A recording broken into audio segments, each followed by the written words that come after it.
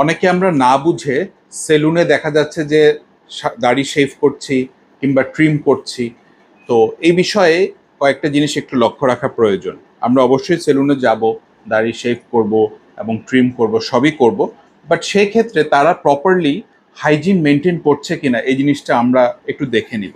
কিভাবে বুঝবো যে আপনার ব্লেডটা নতুন দিচ্ছে কিনা, কিংবা টাওয়েলটা তারা ধোয়া টাওয়েল দিচ্ছে কিনা, কিংবা যে ইনস্ট্রুমেন্টগুলো তারা ইউজ করছে ওটা একটু ডেটল বা স্যাভলন দিয়ে ধুয়ে নিচ্ছে কিনা, এই জিনিসগুলো আমাদের লক্ষ্য রাখা খুবই প্রয়োজন। ইদানিং একটা পেশেন্ট, এক ধরনের পেশেন্ট আমরা অনেক পাই, সেটাকে আমরা মেডিকেলের ডায়াগনোসিসে বলি হচ্ছে টিনিয়া বারবি।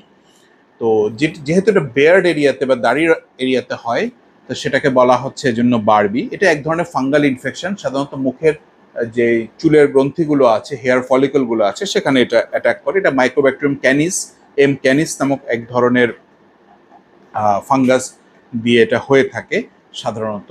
তো এই ক্ষেত্রে দেখা যায় যে পেশেন্টের মুখটার মধ্যে অনেক সময় দেখা যাচ্ছে একটু জলটার মতো উঠে বা একটু সাদা সাদা আঁশের মতো উঠে, অনেক ক্ষেত্রে ইচিং থাকে, হ্যাঁ, অনেক ক্ষেত্রে একটু লালচে হয়ে যায়। তো এটা আমরা অনেক পাই, এবং তাদের হিস্ট্রি নিয়ে আমরা যেটা দেখি, সাধারণত সেলুনে চুল কাটে কিংবা সেলুনে শেভ করে তাদের ক্ষেত্রে এটা বেশি হয়। তো একটু সতর্ক থাকলে কিন্তু এই ধরনের ডিজিজ থেকে আমরা নিজেদেরকে দূরে রাখতে পারি। তো যদি একেবারে হয়েই যায় আপনার সেটা টিনিয়া বারবি, তো সেই ক্ষেত্রে দেখা যাচ্ছে আমরা মুখে খাওয়ার ওষুধ দিই, সাধারণত গ্রাইসিওফালমিন কিংবা টার্বিনাফিন জাতীয় ওষুধ দিই। এছাড়া দেখা যাচ্ছে যে লুলিকোনাজল কিংবা দেখা যাচ্ছে যে টার্বিনাফিন জাতীয় ওষুধ আমরা লাগানোর জন্য দিয়ে থাকি। সাধারণত 4 থেকে 6 সপ্তাহ ওষুধগুলো ব্যবহার করলে টিনিয়া বারবি মোটামুটি সম্পূর্ণ সেরে যায়।